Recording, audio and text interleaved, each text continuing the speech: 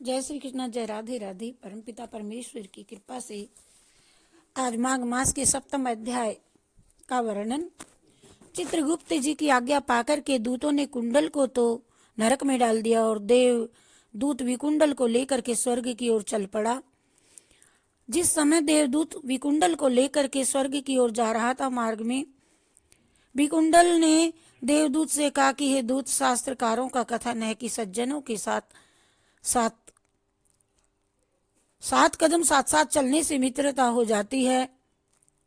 इस नियम से आप मेरे मित्र हो, अतः आप मेरी इस शंका का समाधान करें कि हम दोनों भाई एक ही कुल में उत्पन्न हुए और एक ही माता पिता की संतानें हैं और जीवन भर हम दोनों ने एक ही जैसे कर्म किए हैं। हम दोनों भाई हिंसा और पाप करते रहे, लेकिन इस विचित्र स्थिति का ये कारण है कि मुझे स्वर्ग मिल रहा है और हम दोनों ने मद्य मांस और दुराचारी जैसे सभी कर्म किए हैं। फिर मैं स्वर्ग में और मेरा बड़ा भाई नरक में क्यों भेजा गया है? इसका कारण क्या है, यह बतलाइए। विकुंडल के इस प्रश्न को सुनकर के विष्णुदूत ने कहा कि तुम्हारा यह कथन सत्य और तर्क संगत है और साथ ही यह जिज्ञासा भी उचित है कि इसमें एक आश्चर्यजनक रहस्य है जो मैं तुम्हें बताता हूँ। हे विकुंडल, कर्मों की गति बड़ी गूढ़ है, रहस्यमय तथा विचित्र है। बड़े बड़े ज्ञानी तक भ्रमित हो जाते हैं। मनुष्य अपने अच्छे स्वभाव के कारण अनेकों ऐसे कार्य परोपकार की भावना से प्रेरित होकर के करता है जिनका उसे आश्चर्यजनक लाभ प्राप्त होता है, और इसी प्रकार अज्ञानतावश मनुष्य से ऐसे भी पाप हो जाते हैं जो उसके घोर कष्ट का कारण बन जाते हैं।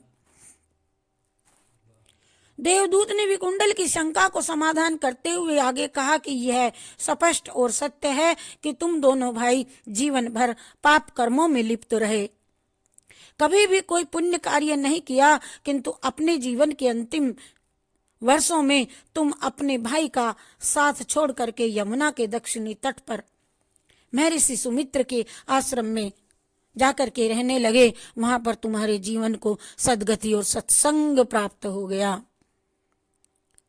तुम प्रतिदिन हरि कथा श्रवण करने और तथा माघ स्नान आदि करने लगे थे। इस प्रकार तुम्हारा जीवन धार्मिक कृत्यों में लगने लगा था, परंतु तुम्हारा ये बड़ा भाई भीलों के साथ रह करके और भी अधिक हिंसा तथा पाप कर्मों में लीन रहा। सदैव तुमने व्रत नियमों का पालन करते हुए विधि विधान से माघ स्नान व्रत किए। इससे तुम्हारे संपूर्ण पापों का नाश हो गया तथा विष्णु भगवान की भक्ति एवं माघ स्नान के कारण तुम्हें स्वर्ग प्राप्त हुआ। और तुमने ना तो कोई बड़ा दान किया, न यज्ञ किया और न ही तप किया, फिर भी तुम्हें स्वर्ग प्राप्त हुआ। इसका तुम्हें बड़ा आश्चर्य है। लेकिन सत्य यह है कि तुमने हिंसा तथा पाप इत्यादि अशुभ कर्मों का परित्याग करके अपने पूर्व कर्मों का पश्चाताप करते हुए आश्रम में रह करके अपना जीवन विष्णु भगवान की भक्ति तथा माघ स्नान में लगाया।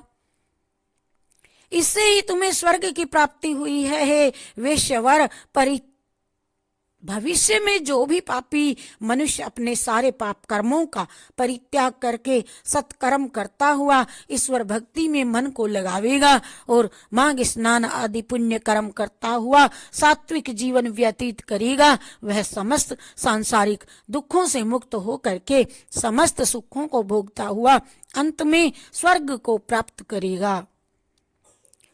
हे विकुंडल, यद्यपि तुमने जीवन भर पाप किए हैं, किंतु अपनी आयु के अंतिम 2 वर्ष धार्मिक कर्मों में तुमने लगाए हैं। भगवान की पूजा उपासना ही तुमने की है तथा माघ स्नान किया है, अतएव तुम्हें स्वर्ग प्राप्त हुआ है। पहली बार माघ स्नान करने से तुम्हारे सभी पाप अक्षय हो गए और दूसरी बार माघ स्नान करने के पुण्य प्रताप से तुम्हें स्वर्ग मिल रहा है। यह कहकर के देवदूत मौन हो गया। इति श्री पद्म पुराणे माघ महात्म्ये 7वां अध्याय समाप्त। हरि शरणम हरि शरणम हरि शरणम हरि शरणम हरि शरणम हरि शरणम हरि शरणम हरि शरणम हरि शरणम हरि शरणम हरि शरणम